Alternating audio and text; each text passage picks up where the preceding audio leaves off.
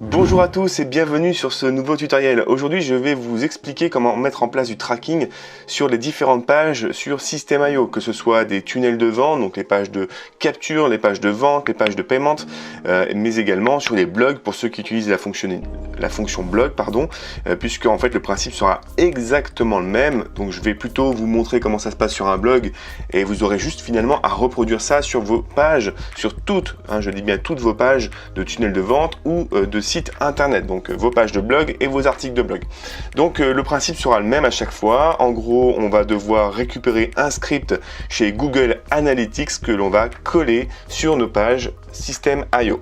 Donc la première chose, les deux choses dont vous allez avoir besoin finalement, ce sont un compte Gmail, aucune carte bleue puisque Google Analytics est totalement gratuit, et évidemment un compte à System.io et au moins une page d'un tunnel ou d'un article de blog ou quelle que soit la page que vous voulez, sur laquelle vous voulez travailler, quelque chose qui existe déjà, sur laquelle vous allez pouvoir en fait coller votre script. Donc je vous invite à rejoindre ce site-là, analytics.google.com, et de cliquer sur ce lien. Ici, juste avant d'arriver ici, on va vous demander de vous enregistrer avec un compte Gmail, avec une adresse Gmail. Soit vous en avez déjà une, auquel cas vous l'utilisez, soit vous n'en avez pas et vous en créez une.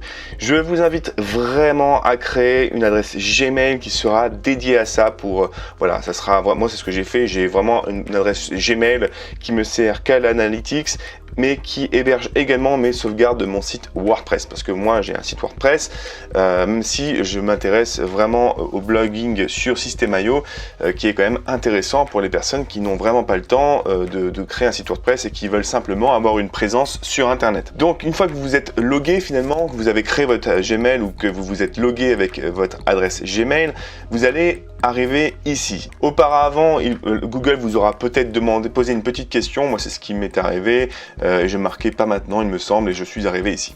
Donc, la première chose que vous allez devoir faire, c'est cliquer sur le petit bouton commencer les mesures, donc les mesures d'analyse de votre site. Ici, il vous demande un nom de compte obligatoire. Donc, moi, clairement, je mets le nom de mon entité, enfin on va dire de mon branding, mon image de marque. Si vous faites du branding personnel, moi j'en ai deux. Bon, je vais plutôt me baser là-dessus d'un point de vue général, et après, je serai un peu plus précis dans les questions qui viennent.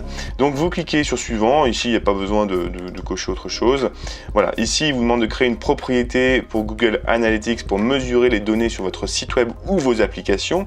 Donc en fait vous pouvez avec Google Analytics soit analyser des données sur un site web, ou si vous développez des applications, analyser donc les applications sur iOS ou Android.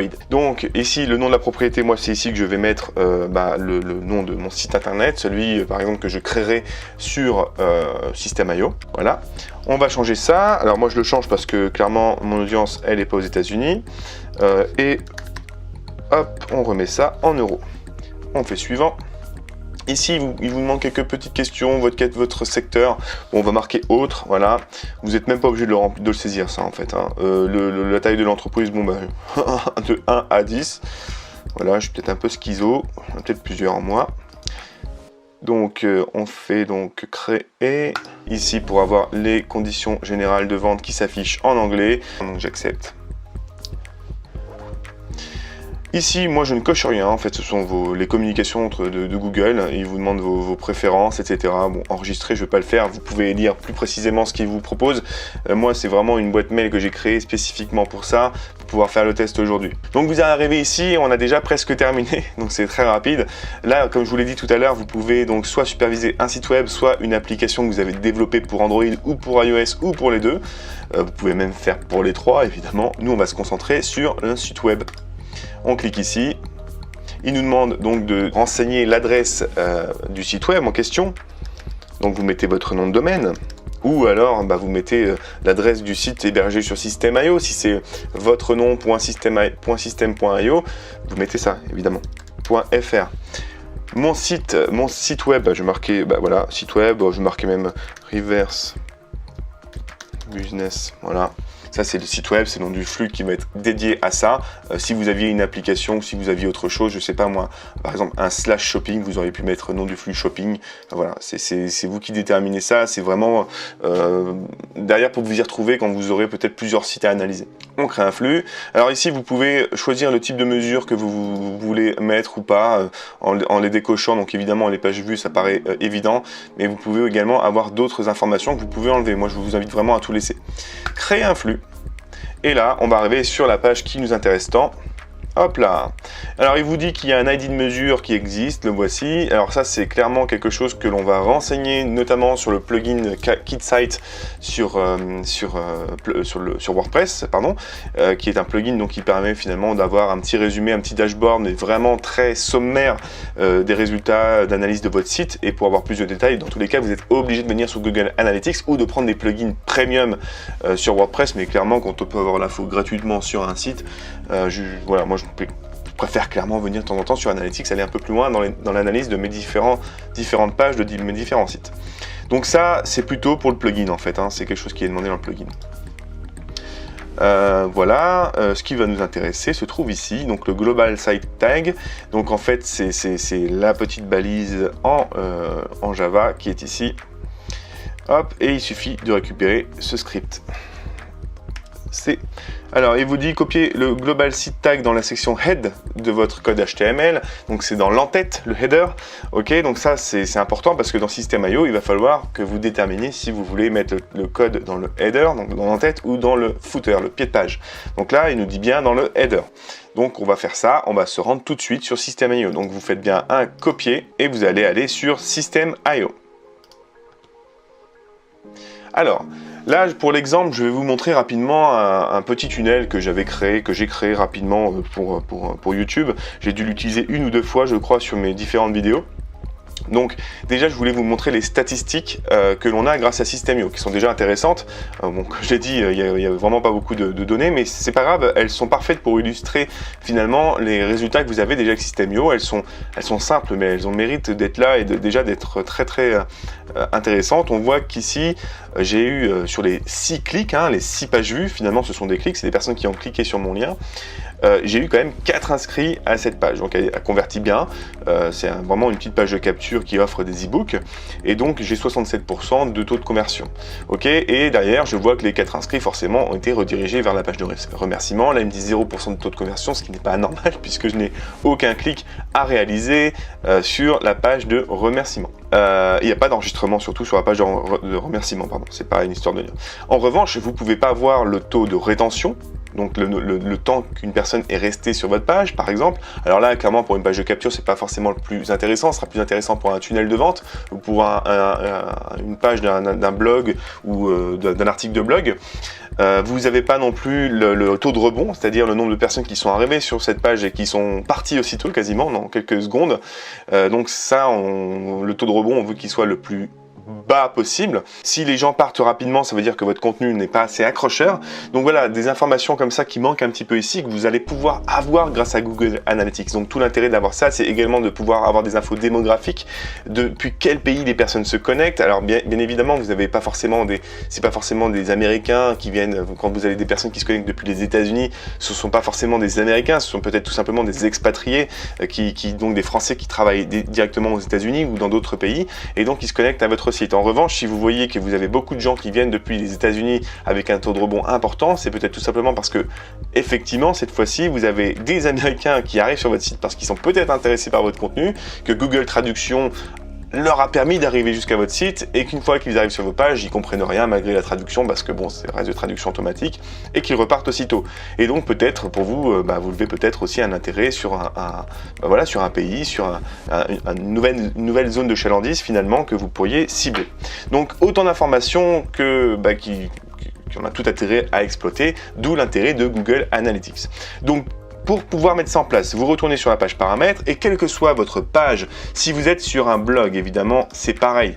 Je vous montre sur un blog, vous cliquez sur votre blog en question et quand vous arrivez ici sur l'une de vos pages, vous allez sur la page et vous cliquez sur modifier, la baguette magique. Donc là, on va le faire sur cette page-là, donc cette petite page de capture. On clique sur la baguette magique. Ça charge, voilà, une page de capture on ne peut plus simple. Et ici, en bas, dans paramètres, vous allez dans paramètres et en bas, ici, vous allez avoir donc le code de tracking et vous voyez, vous avez modifié le code d'en-tête, donc pour le header. Bon, il vous dit que c'est pour Google Analytics en attendant, ou le code de pied de page pour les footers quand ça vous est demandé de les mettre en footer. Ici, je l'ai déjà dit dans une précédente vidéo, mais tout ça c'est important pour les pages. Là, c'est une page de capture. Moi, je voulais pas qu'elle soit référencée par Google, aucun intérêt. Mais quand vous faites des pages de vente, vraiment que vous comptez laisser sur le long terme, pensez bien à mettre en place le référencement naturel. Pour ça, j'ai fait une autre vidéo. Vous pouvez aussi les voir sur ma chaîne YouTube. Donc ici, vous cliquez sur modifier le code d'en-tête. Si vous avez déjà un bout de code qui est en place, vous allez à la ligne et vous faites tout simplement un clic droit et vous collez. Voilà, on enregistre. Et ben c'est fini, on enregistre un coup ici, et ça y est, voilà, vous avez mis en place votre petit code de tracking, et d'ici 24 à 48 heures, vous allez avoir vos premiers résultats. Donc, pour pouvoir voir à quoi ressemblent vos premiers résultats, alors, si soit vous avez déjà du trafic sur vos pages, et aujourd'hui vous voulez aller plus loin dans l'analyse, et auquel cas vous attendez 24-48 heures pour voir comment ça bouge. Soit vous n'avez pas encore de trafic, c'est une page que vous allez mettre en place. Si vous voulez faire des tests, connectez-vous à votre page officielle, donc au lien officiel. Donc le lien officiel, je le rappelle, sur System.io, vous le récupérez ici, hein, vous ne faites pas l'œil, vous cliquez bien là, et vous vous connectez donc à cette page-là directement depuis votre ordinateur déjà. Ensuite, vous pouvez vous connecter via d'autres devices, donc d'autres appareils comme votre smartphone en 4G. Comme ça, vous vous connectez avec une autre IP et ça vous permet d'avoir une autre donnée depuis un mobile. Vous pouvez le faire aussi avec si vous avez un conjoint ou une conjointe depuis son smartphone pour avoir un peu plus de données. Et là, vous allez quand même commencer à voir un peu comment ça réagit et à vous amuser. Donc, pour retourner à Google Analytics, une fois que vous avez fait ça, parce que c'est bien beau tout ça, mais qu'est-ce qu'on va analyser? Alors, hop, on ferme. Et vous allez ici venir dans engagement et acquisition. Donc il y a acquisition et engagement, ce qui va le plus nous intéresser aujourd'hui. Vous avez aussi les données démographiques, évidemment. En fait, tout va vous intéresser un petit peu. Les données démographiques, c'est vraiment de voir voilà, d'où viennent les gens, à peu près quel est le sexe des personnes qui viennent sur votre site. Est-ce que ce sont plutôt des hommes, des femmes? Pourquoi tout ça va vous intéresser? Parce que le jour où vous allez devoir faire des pubs sur des sites comme Google, comme YouTube, comme Facebook, plus vous aurez de données assez précises en fait de votre cible, plus votre pub sera efficace parce que vous adresserez vraiment à une catégorie, à un panel de personnes très précises et donc vous toucherez moins de personnes mais très qualifiées. Donc ça vous coûtera entre guillemets moins cher parce que toucher 1 million de personnes avec 10 €, c'est juste impossible. Donc voilà les données démographiques. Vous allez avoir ici l'engagement. Vous avez aussi la vue d'ensemble de l'engagement. Donc les gens, comment ils réagissent avec votre page, etc. Donc vous pouvez voir ça page par page. Une fois que vous aurez enregistré vos premières pages, vous les verrez s'aligner ici les unes en dessous des autres et vous pourrez voir après voilà le nombre, la durée d'engagement moyenne, le défilement sur la page. Vous allez avoir là aussi je sais plus où ça se trouve exactement mais le taux de rebond, donc c'est important. Vous allez pouvoir voir aussi en mode acquisition des informations pour les nouveaux utilisateurs qui arrivent sur votre site parce que bon il arrive à identifier notamment pour les personnes qui se connectent via des adresses IP fixes parce que souvent les accès ADSL sont fournis avec des adresses IP fixes. Alors, mis à part pour les petits malins qui utilisent des VPN, mais peu importe, ça peut aussi vous montrer que vous avez de nouvelles personnes ou des personnes plutôt récurrentes, en fait, des gens qui reviennent régulièrement sur votre site, donc des habitués. Voilà, les technologies, ça va être important aussi parce que vous allez pouvoir voir depuis quel type de device, donc les gens se connectent. Est-ce que c'est depuis un PC, est-ce que c'est depuis une tablette, depuis des smartphones? Ça, c'est hyper important aussi parce qu'il faut bien mettre tous vos sites, toutes vos pages en responsive, c'est-à-dire complètement compatibles avec des mobiles. Voilà, donc là je vous invite vraiment à regarder un petit peu tout là-dedans, c'est très intéressant. Si vous voulez aller plus loin sur Google Analytics, regardez sur YouTube, il y a plein de vidéos qui vous expliquent comment Google Analytics fonctionne, comment analyser finalement les résultats de ces pages. Voilà, ça sera plus poussé que ce que je viens de vous faire, surtout que je vois qu'il a encore un petit peu changé récemment, donc regardez bien une vidéo qui est assez récente sur ce sujet-là, parce que vraiment Google, même en un an, et là Analytics a beaucoup changé, c'est assez impressionnant. Voilà, donc j'espère que ce petit tutoriel vous a plu. Je vous invite vraiment à mettre tout ça en place parce que ce sont des données qui peuvent vous paraître des fois un peu compliquées. Vous vous dites c'est quoi toutes ces informations là, mais vous allez voir que quand vous allez commencer à vous développer, vous aurez besoin de ces informations là pour avoir vraiment vous permettre de cibler de plus en plus votre client type idéal, votre persona, votre avatar client, appelez-le comme vous voulez, et grâce à des informations comme celle-ci, eh bien clairement vous allez pouvoir vous améliorer.